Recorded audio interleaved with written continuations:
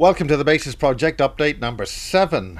The first 6 were as the Amash project, but that's now gone and I'll explain why. We used to have a connection with the Amash project up until June 2013. But as we shot update number 6, Joanne was already in a deceptive throat slashing mode. And unfortunately that's strong language, but that's the way it is. And never a person one should meet. Her body language during my statements about Marie Kayali's daughter's funeral should be carefully observed. Some observers have noted certain things, and I'll leave it to you to do that. We wanted to mention just briefly that on November the 2nd, Marie Kayali lost her beautiful daughter, Gina Kayali. And Miles was able to go to the funeral. I wasn't available. Yeah, me and Jeff Scott were able to attend Marie Kayali's daughter's funeral. And this is one of the most terrible things that ever happened. Normally in television we say everything was fine, nobody died. Well, on this time somebody has died. And Marie is a brilliant lady. She's gone through tremendous trauma and she stood and held her ground, and she's a fantastic and brilliant woman. But the conferences and the various trips to the States managed to keep things in check, and we sent our hearts out to this brilliant lady.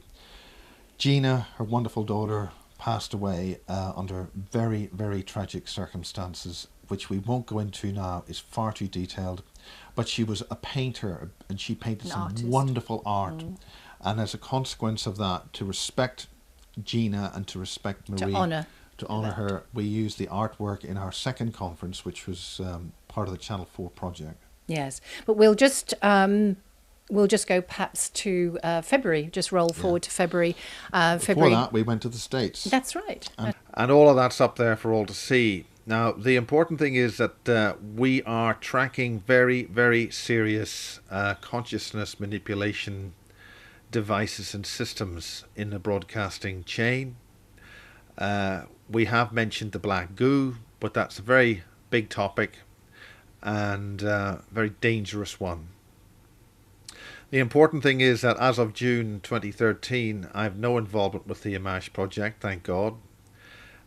Joanne has claimed total ownership of it at the exclusion of all other therapists and all other input that anybody else produced into that project. I consider the involvement and her agenda as being extremely dangerous, and that's been made clear by others. There has been numerous material written on this on various forums.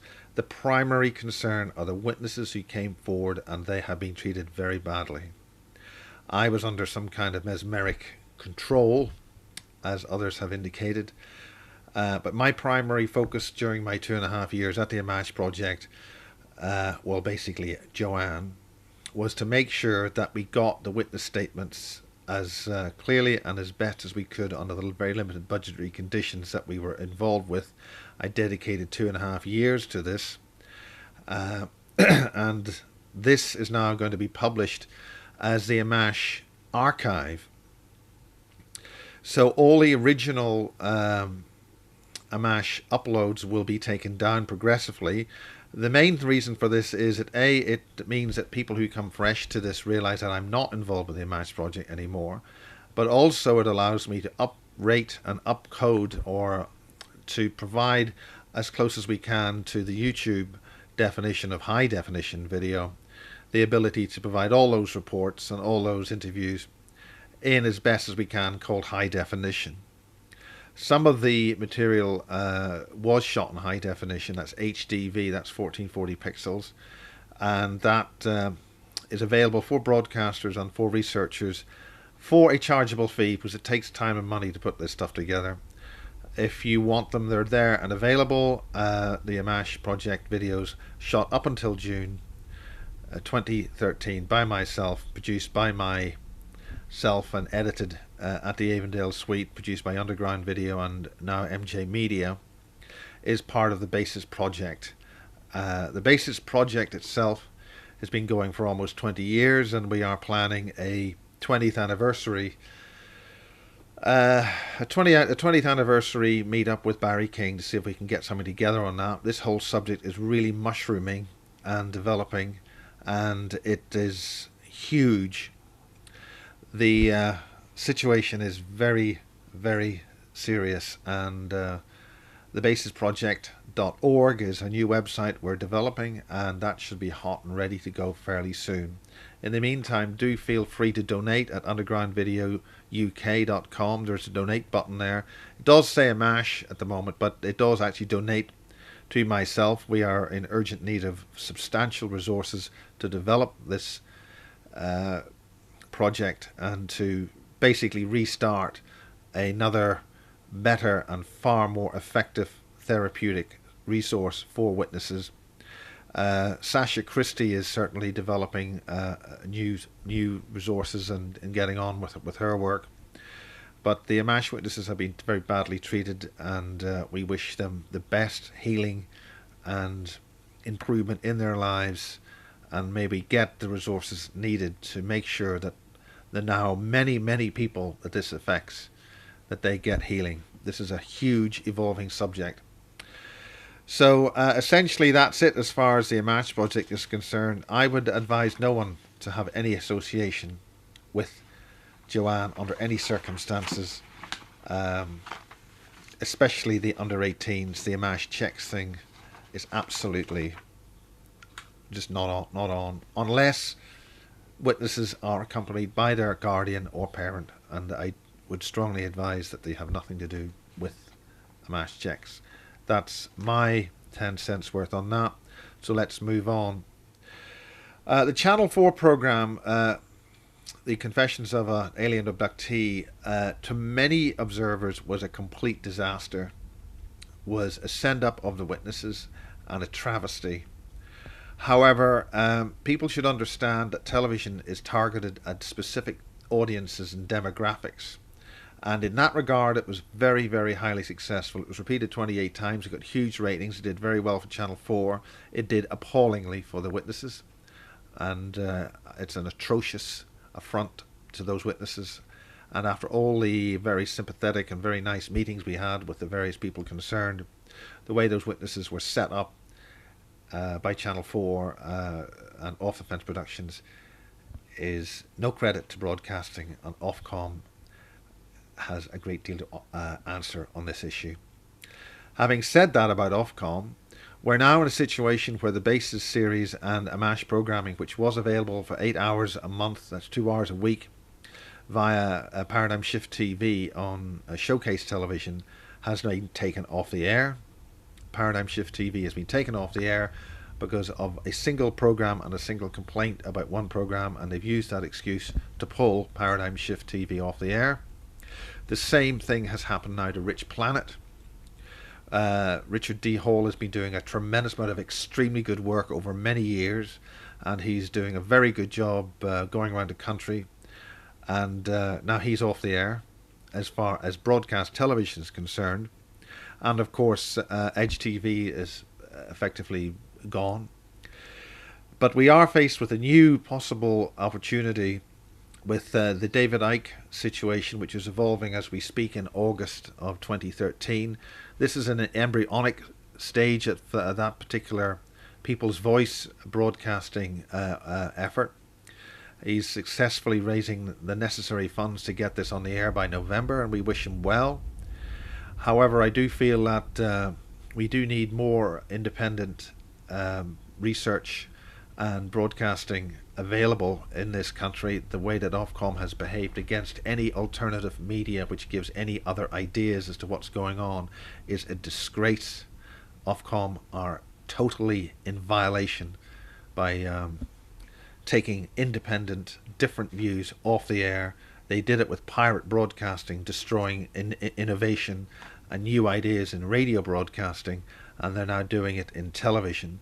This is a violation, and I think that Ofcom are unfit for purpose and should be replaced with an organisation that gives a wider scope for full ideas and abilities to come up with different views and statements on the world today.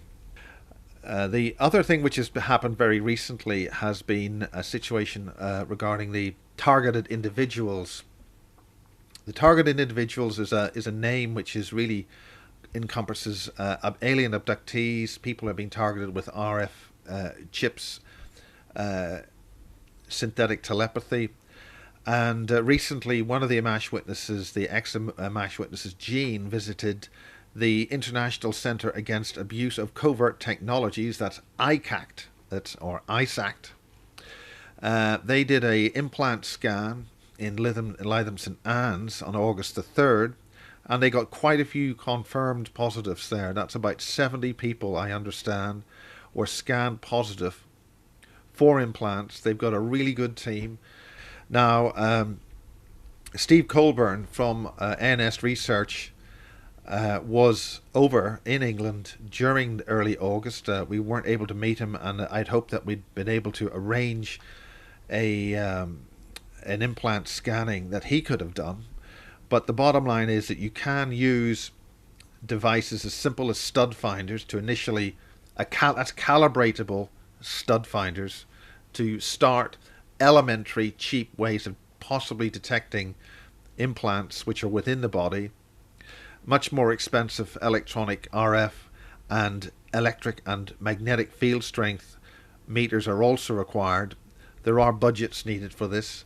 We've started to, at the BASIS project, or I've started at the BASIS project, to assemble necessary instrumentation to do that.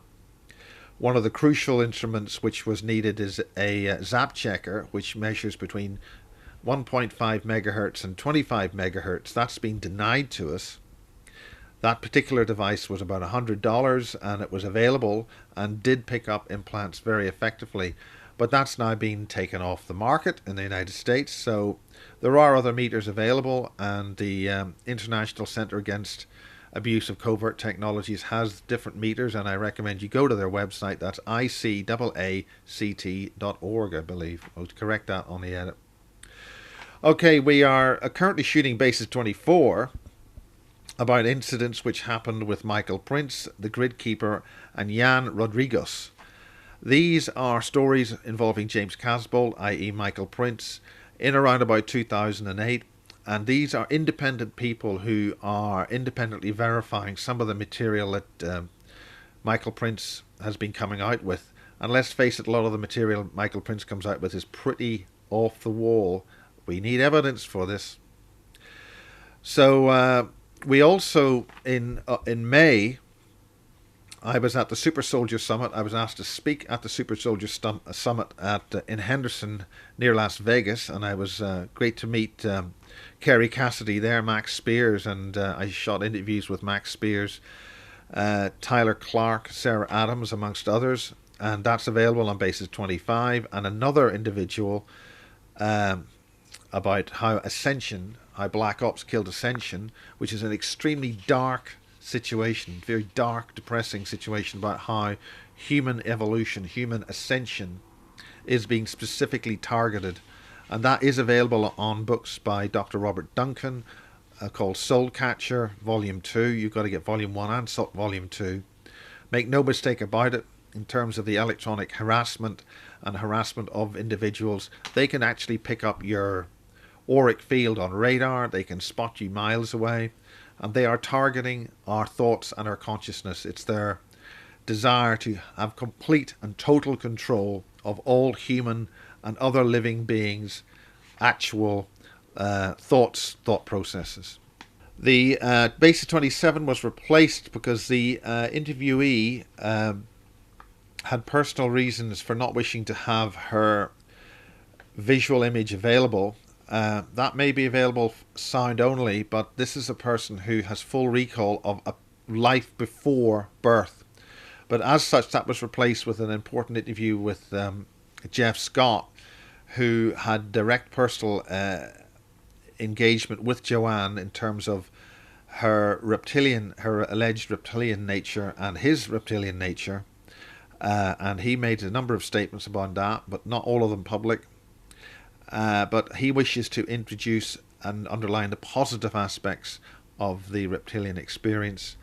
And what's important about this Amash thing is that it means that reptilian humans, that reptilians which occupy a human bioframe, are actually coming clean, and they don't care about it. So that's probably one of the most important things, that various ETs which occupy human bioframes are now coming forward. So that's really important. And I dropped in while I was in Las Vegas, dropping to see John Lear, good old friend there. And he mentioned how 2 of his grandchildren had been abducted and taken to bases on the moon. Now, the point about this is the type of life forms that they met there were octiform life forms. That's basically 4 legs down one side, 4 legs down another, big hairy things. These were tall beings, and they had the upper body of a mantid type ET. And these occupy the moon. So they actually wanted to go back. So they weren't that scared by it. But John Lear showed me the hand drawing made by one of his granddaughters of one of these life forms on the moon, which means that these giant type spider type things, the octoforms that James Casbolt was referring to, which allegedly crashed in St Ives some years ago, seems to possibly have some validity to that. So we've been speaking about James Casbolt. He's had a bit of a rough time, as Michael Prince. There's been a major controversy about what happened at the Super Soldier Summit, in that 18 people, including myself, were military abducted, taken in 2 trucks, one to Area 51 and one to another source. James, after his long trip in a Greyhound bus and a lot of activity, claimed shooting involving NSA vehicles. He claims he was directly shot in the head, which I find quite fantastic. And he phoned up last night for a update special. So we're going to go now to meet Michael Prince and discuss all of this and more, and his association and agreement to be trained by John Irwin in the machine. So we go to Michael Prince in San Francisco and discuss the shooting, the MyLab event, and I have to say I don't recall anything at all about being abducted in this MyLab event in Las Vegas in May. But here we are, Michael Prince. Get the microphone. Well, it's 8:53. It's the 19th of August, and we're doing an update, a basis project update with some guy who happened to call in from San Francisco, and via satellite and the NSA in Langley. I mean, if this was really a bug conversation, they could improve the quality, couldn't they? But we don't want to upset Project Black. So welcome, James Casbolt, or AKA Hi, Michael Prince. How you doing, Miles? I'm doing fine. I'm packing boxes here and filming people in crop circles, and even being filmed myself in crop circles, because over here the season's rather late because of all this strange weather that's going on. Maybe you have a bit of info on that. Well, anyway, Michael, the last time we met was at the Super Soldier Summit, and everybody was having things going on. There was the mass abduction. Could you talk about the guy who told us about that? You were staying with him. Or what's happened? You're talking about Jay. Jay, because I did a whole part on him, and he was quite ill. He was coming up with some pretty gruesome descriptions about his bodily functions, and you say that he's ill. Well, I stayed with him in LA for a few days recently, and when I left, I was informed by his wife afterwards. When I left, he had to have emergency surgery, because I was trying to contact him when I left, but I wasn't getting any response from him. So is he seriously ill, or? Yeah, they had to perform emergency surgery. He's in hospital, and they've got him on a drug-induced coma, and they're not planning to take him off it anytime soon, because it was such a big surgery, and he's in such pain. So it's looking like he can possibly die. All right. Well, is he a man in black? Bluntly, he's definitely military. I mean, he showed me his army paperwork and documents, and he decoded some of my Department of Defense documents from the army too. So he definitely knew what he was talking about. Okay, now, I mean, all this talk about a mass abduction of 18 people at the summit. Did that happen, or was it just fantasy? Um, that no, that definitely happened. It was quite a big event, to And put it you've mildly. been put through a couple of regressions by James Mummy's Boy Rink. Oh, sorry, shouldn't have said that. Uh, um, I think we should yeah, he. explain. I think we should explain to people that we are finally being taken seriously by some people, and we're being made into a bit of a comedy act. I'm a clown. You're a super soldier with interdimensional bullets ricocheting off your impenetrable skin. And Mm, James Rink's a mummy's boy, and I'm sure there's a few other things. And only you would yeah. know if Haley has got what she says she's got. Well, you're talking about Project Black, I Yeah. think. Project Black. Yep. So yeah, I think it's quite funny, really. Yeah, well, if you can't take a bit of sense of humor, then in this business, a sense of humor failure is a bad sign. So, provided there's a bit of comedy around. So, So, so uh, Michael, in so essence, what? what happened at Yeah. that so-called abduction? I mean, this is the first time we've been able to talk about it at the. Um, we were essentially the Vanderbeek was a big part of it, arranged the beginning part of it, and he basically triggered me and Max Spears, and we rounded everybody up and took them to trucks outside. Okay, this is where James Casbolt and who? Me? Okay, who materialized in here? Um, Michael Prince, Max, I forget his last name. Yeah. A guy who was speaking here the other day that's running for governor The of governor. Nevada. He materialized here as Yeah, I well. knew about him, and James Rink could verify before he even got here. Okay. And 3 nurses, they popped up in my room right here, put me into a trance. We got up. Michael was first. He got to the door. I had this closed and this locked. Michael remembered to unlock this, and he pulled with this arm. And when he did, this was connected, and he did it so easily that this piece was stuck in here, and the screws were stuck in here, and this piece was still on the door. And then Now, explain this exactly. Who was in the room first? You were sleeping here. yeah, they popped up at the same exact time. Oh, Well, you were asleep.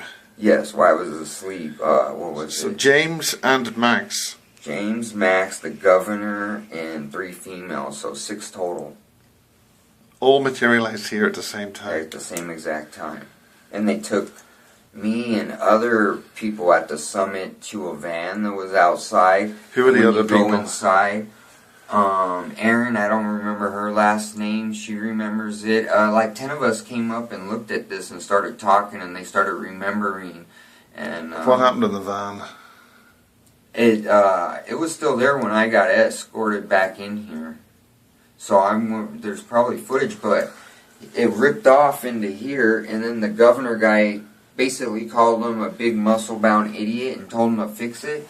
So he took this piece out and held it up and pushed the screws back in. He didn't get them in all the way. Yeah. And that's about as much as I remember. So But what- he had enormous strength, and he did it very easily. And right now he says he's real sore in his back. Right. And Max is also sore, and they both said they didn't get any sleep last night, and that's because they were being used all night to escort other super soldiers, because they're both really powerful. So they use them because all super soldiers are dangerous, so these 2 could handle other super soldiers in case something happens that they can't control. I wonder if anything happened to me. God knows. Maybe somebody with talent could regress you and maybe see. I would definitely look into it. Okay. Well, thank you very much. And this is where? We are in Las Vegas, Nevada at the Fiesta Henderson Hotel at the Super Soldier Summit. Number 2. Number 2. And the date is? Oh, what is it? Oh, it's May, It's May something. 19th, May 2012, and I'm no 2013. 13, my mistake, and I'm JJAY Collins, COLLINS. Okay, well, thank you very much indeed. And this is the very end of the summit that we've just finished. We've wound up, and I'm running out of battery on this telephone, and we'll call it good night for now. Good night. Okay, Yep, for now. thank you. And they were divided up into two groups. I think you were on the second truck. Right. And then on the first truck, there was me, Jay, James Rink, Max, Eva Moore, Sarah Adams, and Haley. So essentially, the summit was being used essentially as a means of getting us conveniently together. It looks that way. I think what happened were the two trucks were taken to two separate facilities, and I think we were taken what appeared to be around the Groom Lake area. The so-called Area 51. Whatever they call it. The recently declassified Area 51. And but probably not the whole way to the lake. Well, people were just using it as an excuse to try and debunk it because it was sex magic rituals, which are always bizarre. That was the beginning part of the base. But I mean, Kathy O'Brien talked about exactly the same thing with Michael Aquino, and very similar sort of rituals, but nobody really ridiculed her about it. So is there? Lorian wasn't too sure about some of this. I mean, was this in some kind of time loop, or how did it happen? Marge, you're breaking up for a second there. You were breaking up. We've got to not move. The signal's very low. I vaguely remember pulling the door, and then my back was hurting a bit the next day. What else happened? So we were taken into the base, and then, like I say, there were Greys there, and there was Nazi officers there, and I was talking in German, but consciously I can't talk German. But some other people translated what I said. Okay. Okay. Can you hear me okay now, Miles? Yeah, I've switched my video off just to try and get this through. But let's do what we can. There was Greys there, and there was German officers, Nazi officers there, and I was speaking German. But consciously, I don't know how to speak German. Any other information? Do you know what you were saying? Yeah, well, James Frink and some other people translated what I was saying. I was speaking perfect German. I said, I'm a jump master of time and space. That was one of the things I said in German. And now, is this on one of his videos? Can you reference that? Yeah, it's a regression on the Super Soldier talk. Michael Print's mass MyLab abduction, I think it's called. Okay. Sorry. My phone. And then there was some sex, kind of Crowleyan sex magic type stuff, and the personnel there were harvesting the feces from some of the women who were present. So it was a good old straightforward MyLab. Yeah, the technology with they're harvesting stem cells out of human feces and urine, and they're creating brain cells with them. Something connected to that. And I mean, I have no idea what happened to me, so we'll leave that there. While we have a signal, you got hit by an interdimensional bullet, which ricocheted off your impenetrable shield round you, and you've had a bit of a rough time, and things happened.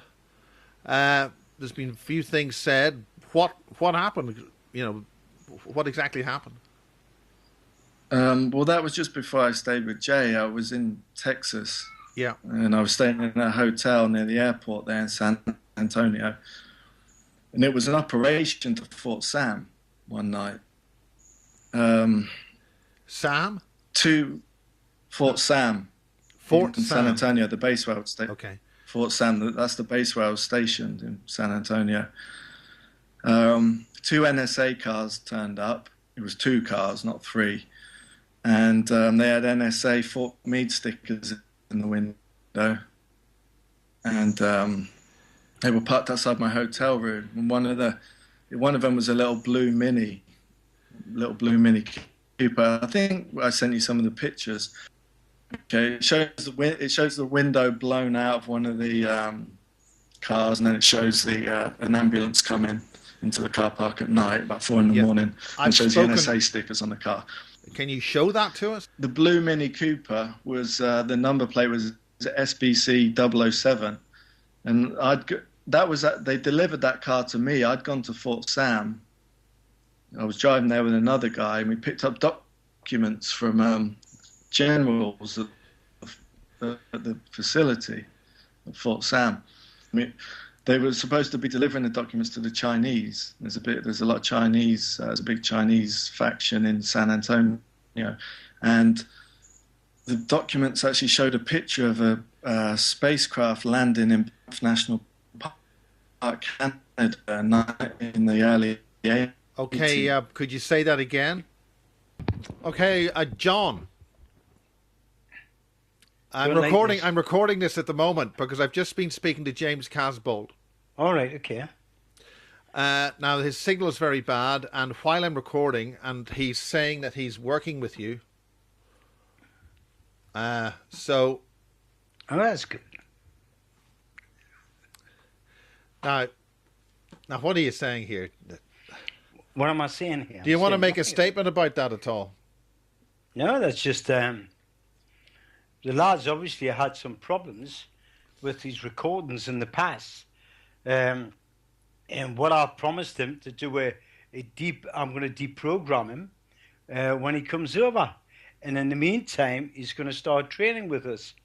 Now, do you want to make that a public statement? Do you want to make...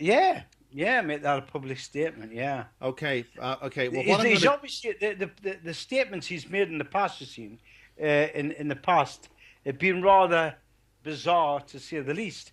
Well, I mean, with the brief few minutes that we've had with him, he's maintaining that. We were taking. He was speaking German, the James Rink thing in Area 51. I was taken as well in another truck to another location, and saying something about Stargates, and he still maintains he was shot. Well, the object of the exercise is when he eventually comes over here, we'll do a deprogramming exercise on him, and we'll find out whether that's real or not. Okay. Whether it actually took place. Because the lad obviously has had a lot of backlash off his previous interviews, which I can understand because they've been rather, like I say, bizarre to say the least. Yeah. So the object of the exercise is to try and find out exactly what took place. And that's what I intend to find out. Okay, well, thank you very much, John Irwin in Newcastle. I'm now going to say goodbye for a few minutes and go and see if I can reconnect with James in San Francisco. That's meant to sound really, really professional and everything, Isn't it just? Okay, cheerio. Well, listen, before you go any further, it's in the Daily Telegraph, exactly what I said to you. You see, the economy here is on the ready to collapse. They want something to happen in the Middle East. So it says in the Daily Telegraph that if the riots carry on in North Africa the way they are, and they get any worse, it will damage the supply of gas and oil to the Western worlds and will disrupt the economy. I told you, didn't I? That's what their plan is. Yeah, okay, World War III by 11 o'clock tonight. Okay, I'll see you right. Well, let's see if we can reconnect with James. Yeah. This World War III, is this a woman you're meeting or something? No, you just shut up here. Right, cheerio.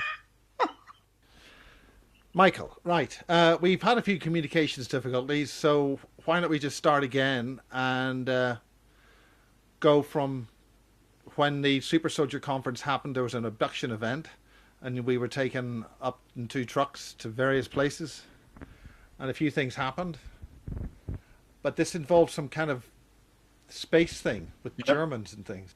Yeah, there was German officers there, and there were small greys there, and I was speaking German. Am I coming through okay? Yes. Yeah, I was speaking German. I had a German altar that was translated it was perfect German.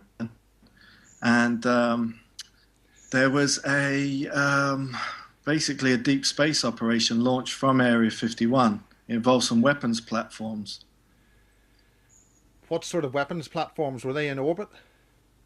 No, they're in orbit. They're in the outer atmosphere, but you take smaller aircraft up to dock with them from Area 51. What sort of aircraft?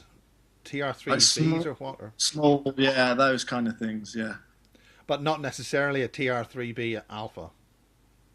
I'm not exactly sure what they're called. I mean, I've got an Alta that has all that information, but I haven't got access to it at the moment. But we were just we went from a launch bay, and what was interesting, when the launch bay opened, it was the exit.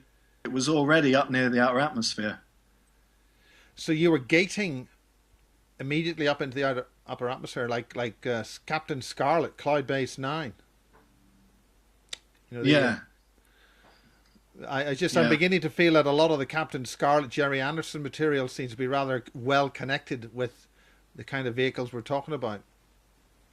Anyway, that's a side issue. So what happened? Well, he was indestructible. Okay. Yeah, he was indestructible. And then we docked with that. He was indestructible. We docked with our ships. And, the one that I've been working with for a long time is the Calopia. There's all like stations that they dock with out there. And like I say, there's some huge ships. This one's called the Calopia, and it's the first two letters, CA, is a catalyst accelerator. That's the engine that it uses. I don't fully understand all the technical details, but it somehow harnesses the energy of dead stars. And how many of these things? Who owns it? Who runs it? Give us a briefing on that, or can you send us something which is a briefing? No, it's an old ship, but it was it's thousands of years old. It's actually an Aldebaran ship, an Anunnaki ship, but it's got currently it has U.S. Air Force Space Command the logo on the side of the ship. They're kind of sponsoring it, if you will. Is that similar to the kind of thing that some people suggest the so-called Apollo 20 craft saw at the back of the moon? There's some kind of large craft at the back of the moon. Is that's a lot of that CGI? But is there anything can do with that? Well, I'm not sure. I mean, this is called the Calopia Catalyst Accelerator Long Range Orbital Platform, and then the last two letters AI. It's the intelligence apparatus, so it's got a artificial intelligence system on board. So it's designed for deep trips into deep space, and it's a weapons platform too. Right, that was your team of people who went up there. Were you just the only person, or how many of the other so-called super soldiers were involved? James Rink was directly involved in that. And he has a similar sort of spacecraft, which is known as the Valiant. In what capacity are those guys serving? These are Fourth Reich ships. These are German ships. So the one that James Rink is dealing with is a German ship, and not an old one, but a recently manufactured one. I'm not sure. I think James's is very old too. But they're called the USS Calopia and USS Valiant, so it's similar to Star Trek, I think. Anything else that you can say that happened that night? Well, there was a deep space operation, but it was already years in the planning because there was some kind of time manipulation. And did we record the event that happened with Jan Rodrigo? Did we get that on film, or do I need to explain that again? Just in case we didn't, can you explain it now? We had a lot of breakup. A few years ago, I was when I was in St. Ives around 2008. I visited Jan Rodrigo at his mother's house, and I know you know Jan. And we were standing outside. It was nighttime. We were standing outside chatting near the beach, and we saw an aircraft coming from the direction of the ocean, which was it looked like a ball of light. And there was a second aircraft coming in the opposite direction towards the back of his house. And they were on a collision course with each other. And they kept flying towards each other, and they actually collided in midair directly over Jan's mother's house, the two aircraft, above our heads. And instead of getting showered with debris, There was a big flash of light, and I was levitated up into the air. And the next thing I know, I'm on board a small aircraft. I'm in a docking bay, and I've got a pilot's oxygen mask on in the cockpit, and I'm going out to do a jump. So that event that happened in 2008, I was transported to the event that happened at Area 51 at the summit. And that was to demonstrate what, or to get across what? What was its function to do that? They were using different stargates opening and alignments, and they needed specific dates to work it all. So I jumped from 2008 to the event at the summit in the aircraft hangar Area 51. And what happened? What did you execute a mission or what? There was a blockade. There was U.S. government Zionist factions had formed a blockade out in deep space around the planet Saturn, and it was there was an operation connected to that. Who were they blockading against? Were they stopping people coming in or stopping stuff going out? They were stopping people coming in and coming to this planet. And who were they? The blockade was there for. What's that, Miles? Who were they? Who are we stopping? There was more Fourth Reich, Aldebaran, Palladium factions coming in, so they were attempting to stop that. And what's the sort of status of play in this warfare situation, or this who's good guys, who's bad guys, or who's playing this game? The Sandy Hook incident was a trigger for a full-scale alien invasion. Who are the aliens? This was more Germanic, Aldebaran, Fourth Reich factions. And they've come in now, essentially taken over, and they are, how can I put it? I'm kind of being blocked here talking about this for some reason. The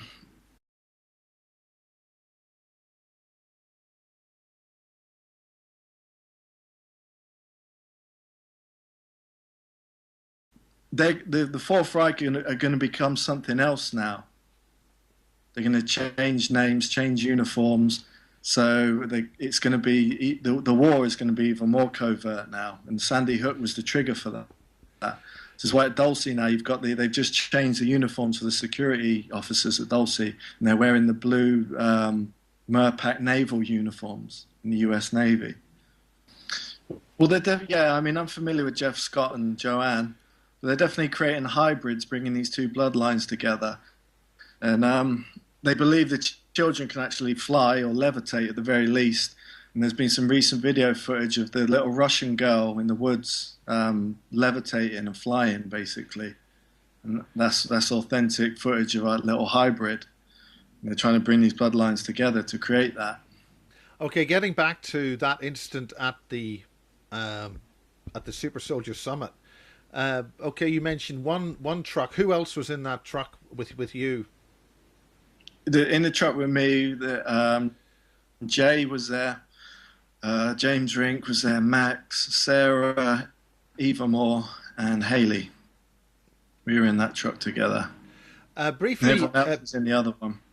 I haven't been able to really do a detailed interview with Max, but you seem to have a similar pedigree in England, and also Sarah Stanger seems to be in there somewhere. Yeah, there's big connections with those two people. There's a lot more connections with the different people from the past coming up. So. There's a possibility that we're going to have a 20th anniversary Bases 1 with Barry King and Lisa Williams. Lisa's been doing a lot of work on the German side in Germany. Right. So we'll see how that works. Is that going to take place in England? Oh, God knows. We have to get Barry to be able to answer the phone, but we'll see. But then you mentioned the other truck, and I'm interested as how I was involved in some way. Well, apparently the other truck, I don't really know much about where the other truck went. I think James Rink mentioned Mount Weather. I'm not too familiar with the place. Yeah. Right. Well, I don't recall anything about that, but I suspect maybe something happened. I had what's called a very spiky aura when I came back, and I had to get that dealt with. That's the only indication something happened, as far as I'm concerned. Yeah, I'd be interested to find out what happened with you. Yeah, well, I'd be interested as well. So that was that. Yeah, there was just that was what was going on, and then there was obviously the other side of it, with like the Crowley and sex rituals that was going on, and it all led up to the events of the shooting in Texas before I left. Now, okay, let's get down to business about the shooting. There's a lot of problems about you getting hit by a bullet and reflecting it. Now, I know that you're sensitive about that, but this sounds like science fiction, and it seems laughable. Right, I'm going to have to say that. How can you reflect? How can you deflect a bullet? I mean, how this stretches the credibility a little bit, if we can put it that way. How can we get over that issue? Well, I spoke to somebody high up ex-military the other day here in San Francisco, and he was involved in a military hospital. They were doing experiments, connected to experiments, where they were removing the skin of canines and grafting Kevlar to their skin, and it was all growing together. But this was done years ago, and they were able to breed the dogs, the future generations, with an organic form of Kevlar skin. And this was, like I said, this was done years ago. Yeah. So they definitely incorporated a kind of nano spider web, or a nano kind of weave underneath the skin now. And it activates when certain hormones surge through the body. Right. So that technology is definitely in place. I mean, that technology has been released into, information has been released into the public. Yeah, I think there's also something about goats and spider genes, so that the goats actually produce a much stronger spider's web type material for that kind of issue. They've done that. It's a kind of machine technology. It's like organic metals and organic flexible alloys, and it's somehow alive, and so the body can incorporate it. So, okay, so what actually happened? Well, I was staying at the Marriott near the San Antonio airport, and two NSA cars ended up parked outside my hotel room. They both had NSA stickers, Fort Meade stickers in them. I'll send you all these pictures, and there's some video footage of an ambulance turning up. I mean, the argument is it could have been any ambulance. Yeah, I mean, it could have, but it was there at 4 a.m, right near the spot. I mean, I have to say that later on we're going to discuss your connection with John Irwin, and John Irwin's not going to take any prisoners as far as you're concerned. I'm sure you're aware of that. So, what happened was the blue Mini Cooper, the smaller one, was the license plate was SBC 007, and I was actually activated for an operation to Fort Sam, where documents were picked up from some of the generals there. And me and another individual, I was driving the blue Mini Cooper. We were given these documents and supposed to deliver them to the Chinese. There's a big Chinese faction in San Antonio. But the contact didn't turn up. And while we were sitting in the car park, it was late at night, with the documents, we were supposed to deliver them. The guy who I was paired up with, he was sat in the passenger seat, pulled out a gun and shot me in the side of the head.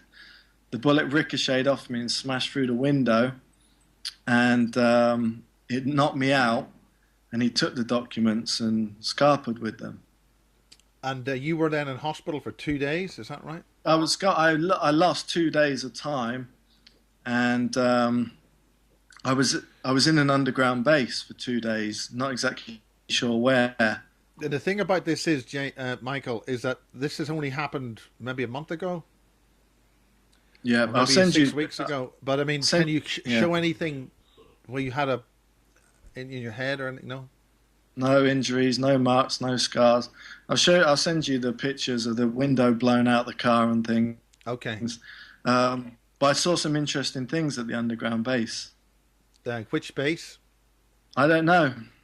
And what did you see? Well, possibly think it's Dulce. Okay.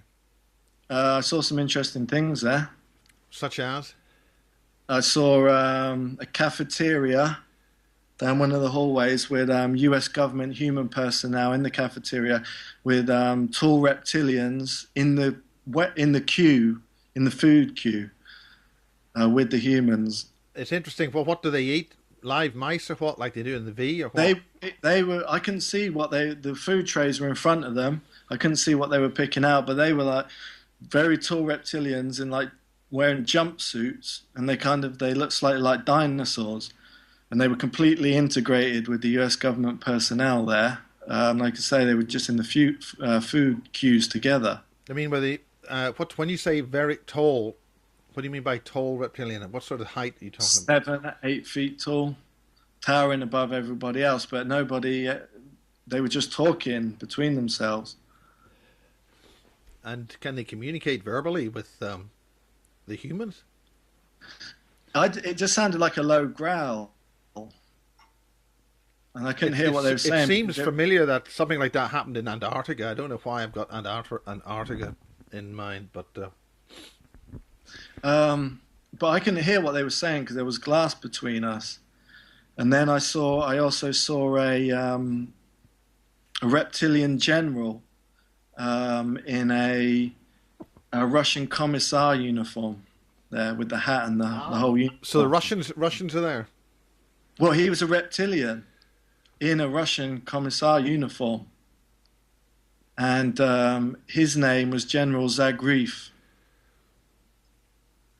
And from the information I was able to gather, he's time traveling back and forth between here and Russia to the Bolshevik Revolution in the early 1900s. He's traveling back and forth.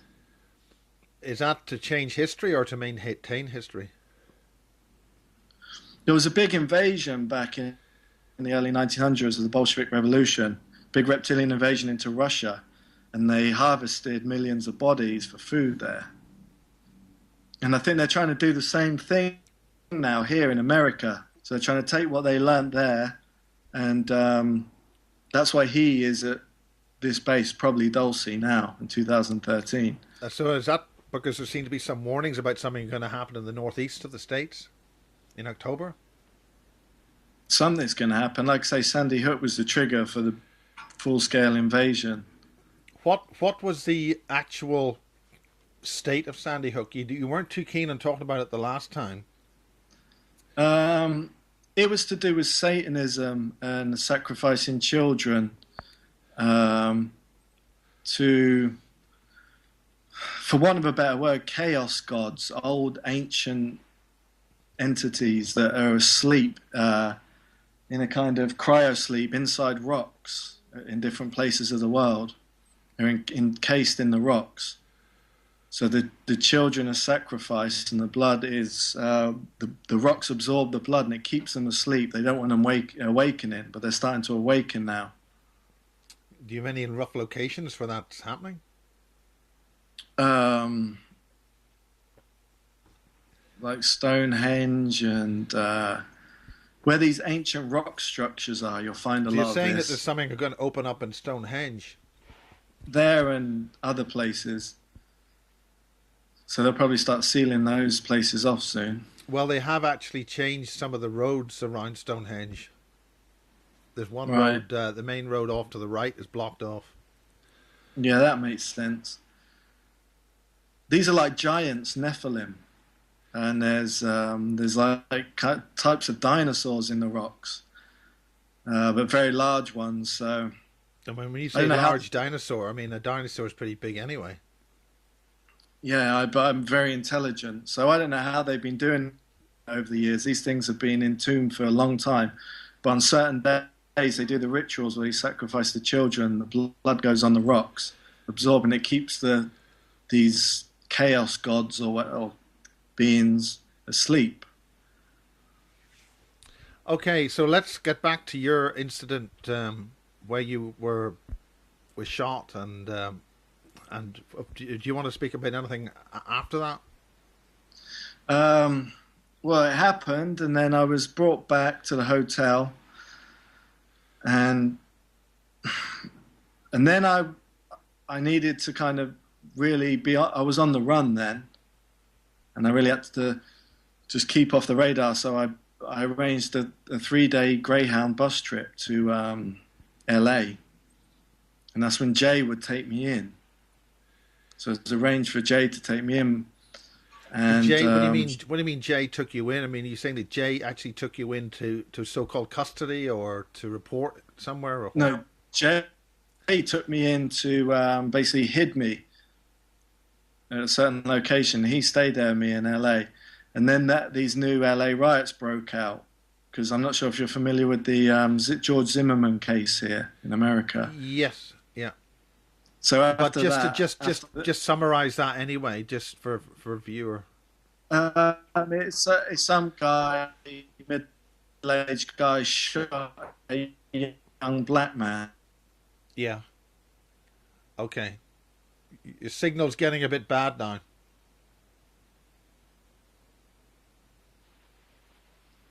Okay, am I good? Yeah, I think we better stay off that particular case. Am I good? Yeah, you're better now, but I missed all that. So what do you want me to talk about? And do you not want me to talk about the Zimmerman case? Well, it just suddenly the signal got very, very bad. But we can see that we've got about 5 minutes left on this set of tapes. So okay, we'll change tape, but just to continue talking. So you were with Jay for a period of time. That should have been roughly when I talked to Jay. I suddenly one day I got a call, talk to Jay, but that was fairly soon after the conference or the summit. This was a few weeks ago. Yeah, and he wasn't too good himself. He didn't come over like a very healthy individual. When I left, he had to have emergency surgery. He was rushed into hospital, emergency surgery, and I didn't hear from him for days. His wife said that the surgery was so devastating to him that they keep him in drug-induced coma, and they don't know when they're going to let him out of it. Yeah, I mean, he was saying that he was a man in black. Is that his status? He was. He appears and he helps people now, and then. Like I say, it's a possibility he could die now, and this. Well, we'll send Jay our good wishes, and best of luck. Because when I was when I stayed in LA, we were in the middle of the ghetto. There was all prostitutes and black crack dealers with masks on the street corners, and the riots broke out near us. And Jay said that. We're going to be deputized, and he was acting as a kind of handler, he says, for me. He said I was going to be sent into the riots to neutralize the riots, and they were happening just a few blocks away from us. And so I went to lie down. I was staying in the trailer, and about 2 a.m, somebody knocked on the door really loud. And Jay was mentioning how I was involved in that, and the riots didn't get out of hand, but I don't remember anything. Okay, well, we'll leave it at that. We'll have a quick tape change, and that'll be about 2 minutes. Okay. And we'll just keep the connection open, and I'll just change tape. We'll get on with the what happened after that.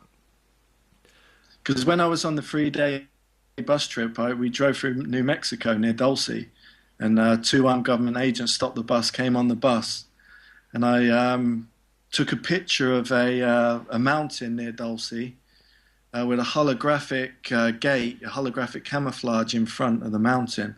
There was an entrance to a base, and the bus, we were stopped by the government agents just near that mountain, and they came on. And I'll send you the picture of the mountain with the holographic gate in front. I'll have a quick break, tape change, okay? Okay.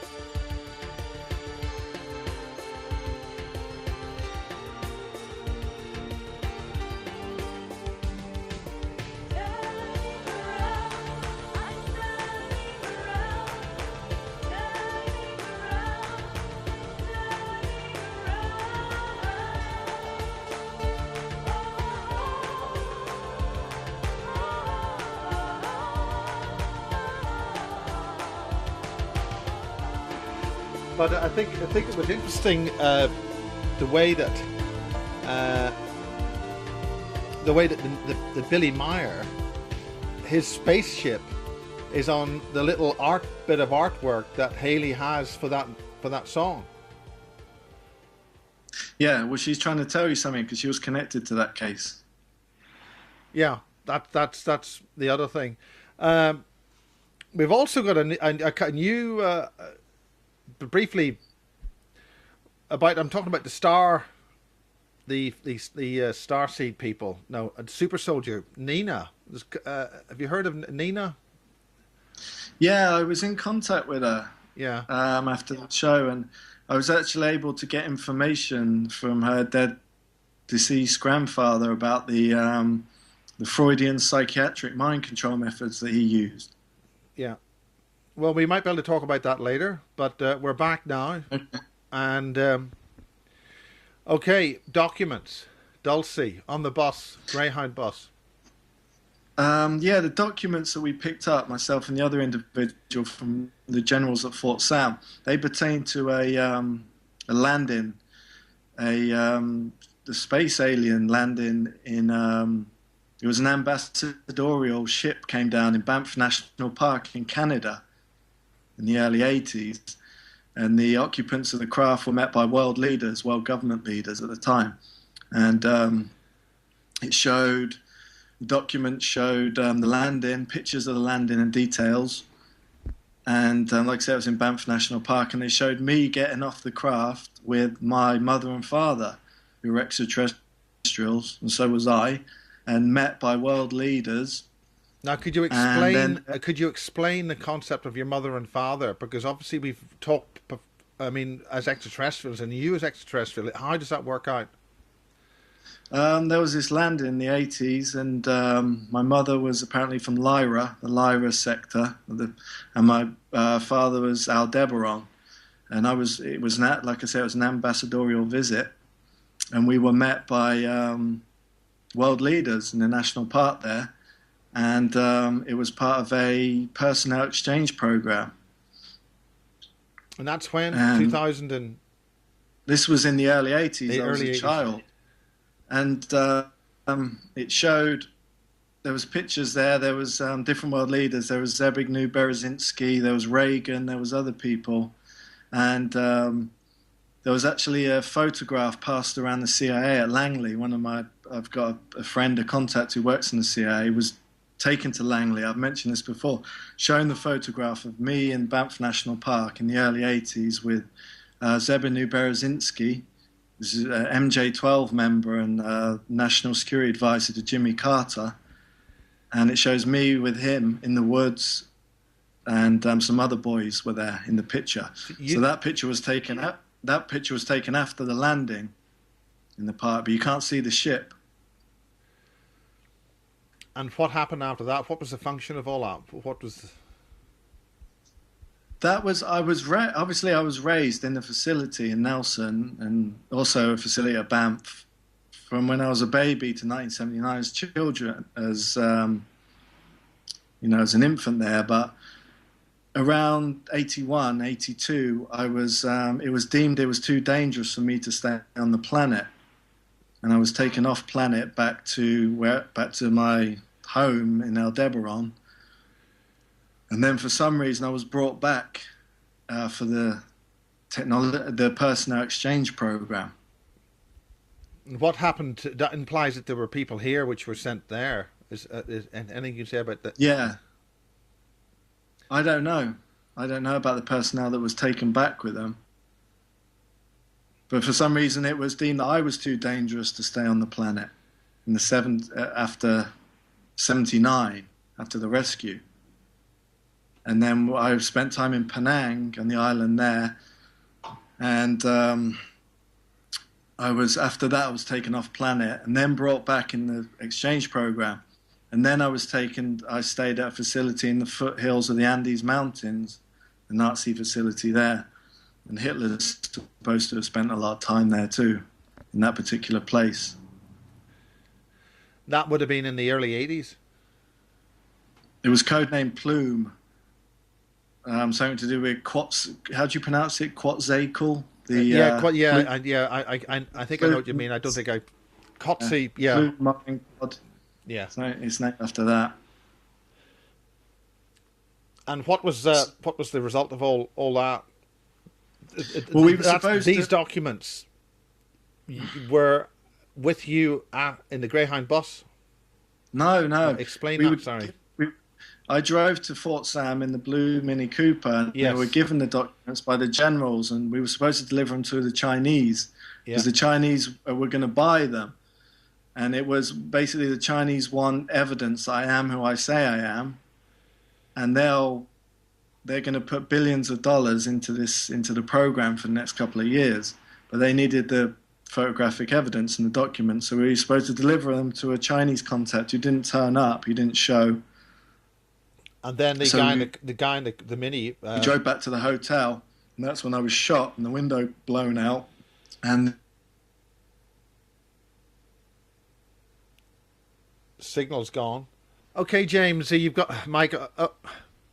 okay, Michael, the signal's coming and going, so let's get the information about John Irwin straight away. Okay, John is training me in the machine, and we're working together, and he's helping me to deprogram, to find out what's happened to me as well. He's just starting me off on the psychological aspects of the machine, which things that aren't really out there, and I didn't know before. Machine... What has changed? Because I know that you've been wanting to deal with Irwin before, and Irwin has not taken your story seriously. What has changed to have this happen now? He had one of his people contact me, and we got into a dialogue, and basically we need to work together, and there's a few big things in the pipeline. I think there's a lot I can't talk about in this area, but yes, of course. I realize it's a sensitive thing, so I'm just going to let you talk about what that is. Well, the machine is a space alien defense system, and it's the most advanced in the world. And the tablets that John mentions, a lot of the extraterrestrial technology, it doesn't work by itself. You need a set with like 6 or 7 other pieces. Yes, I think that's explained in his book, and you need 6 of them together, and they don't have the full lot. Yeah. There's a lot of technology like that. A lot of alien technology is hidden in all different parts around the world. You need to get it together. But the tablets themselves were like CDs with information on. And they had the information. This was connected to the information of the machine and the One Step Beyond program.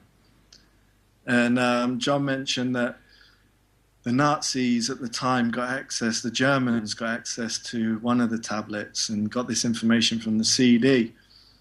And when I was at these German facilities, like in the Andes Mountains, I was taught a lot of the things that John and I discussed, which has never really been talked about before. For instance, John mentioned this, and I was taught this in the German bases, that the physical universe has always been there. There's no beginning or end to it. The Big Bang Theory is incorrect. Yeah, I think there's been some recent studies and statements by Dr. Samantha Sangier about that. She'd explained that in Glastonbury only about 2 weeks ago, where the whole Big Bang thing's rubbish. But we'll continue. Yeah. So this was a lot of the information on these alien tablets were like CDs. You know, the physical universe has always been there. There's no star end. It's very simple. It's always been there. That answers a lot of questions in itself, really. And the whole near-death experience, where people are talking about going down tunnels of light and seeing dead relatives. That's actually, again, this was what I was taught at the Nazi bases. I was dealing with atheists who didn't believe in a soul. And, in a heaven, they're not trying to get anywhere because this has always existed, so they're just trying to stay here. And John was saying, yeah, there is, because of his One Step Beyond program, he was lifted out of his body like a periscope. And, he was, the near-death experience was explained to him. But he was saying there's no heaven. And this is, again, what I was taught. And the near-death experience itself is when these people go down the tunnels and they see dead relatives there. It's just the mind or the subconscious mind creating pictures to calm the person down. They're just like dreams, and it's not actually, it's not real. They're not physically happening. And like I say, John was lifted out of his body, and the process was explained to him fully conscious in the One Step Beyond program. And that's in his book, The 16. What I was told again is some people can lift out the body close to death and look around, and then they just black out. And that can actually be the end of them sometimes. And there's all different possibility and processes. This is what I was taught by the Germans. And the Germans, the Fourth Reich, had technology which is, I'm not sure if it's the Ark of the Covenant itself or it's just technology based around that particular artifact. But those individuals can hold a staff and give out a kind of shockwave, and it can obliterate everybody around them. And these people, because their bodies are completely destroyed, are somehow absorbed into the person with the weapon, and now they're conscious. They're not conscious per se. They're still alive. They're looking out of his eyes. If you can follow me on that. Yes, yeah. So we're talking about a whole new set of physics that have never been really talked about. And this was, again, this is going to come out now because John and I are working together. And the information that was on the tablets, like these CDs, taught all these different realities. Well, what's, without preempting what maybe you should be saying or shouldn't be saying, I mean, how long is this going to take? What sort of length of time are you expecting to study? We're not exactly sure how long it's going to take. John is looking to train a few people to survive coming events. And he's looking to... people can get in contact with me, or they can get in contact with you. I will put them in contact with John if people out there are interested. Yeah, and they have, and we're deadly serious here. We're not messing about. I think that's very clear that we're not talking about. We don't want any time wasters. We're willing to share alien technology with the public. That's the bottom line. This is alien technology from ancient tablets. And we're willing to share it with the public. We're willing to train certain people. If they want to contact me, I can put them in touch with John's people. So we're willing to share this technology. Okay, well, that's a big shout out to help save, ultimately, human life on Earth. Is that right? That's the bottom line. Well, I think we'll discuss this, maybe have another update on that. This is very, very early days. It's obviously great to see you, James, or Michael. With the stories that have been going around, we're a bit concerned. It's good to see you. I see you've got a bit of a grey beard there. I don't know. Yeah, I like to grow it after I was in the army. It's good to grow it a bit. Yeah. Okay, well, I'll leave you be. We'll get something put together as soon as we can the next few days, and we'll take this as an update. Well, thanks for your help, Miles, and thanks for helping getting information out there. Yeah, I think the Skype works a little bit better later on at night. It seems it's a lot better now. Yeah. Okay. Well, good night. God bless, and we'll see you on the next part. Okay then, Miles. Speak to you soon. Cheers. Goodbye.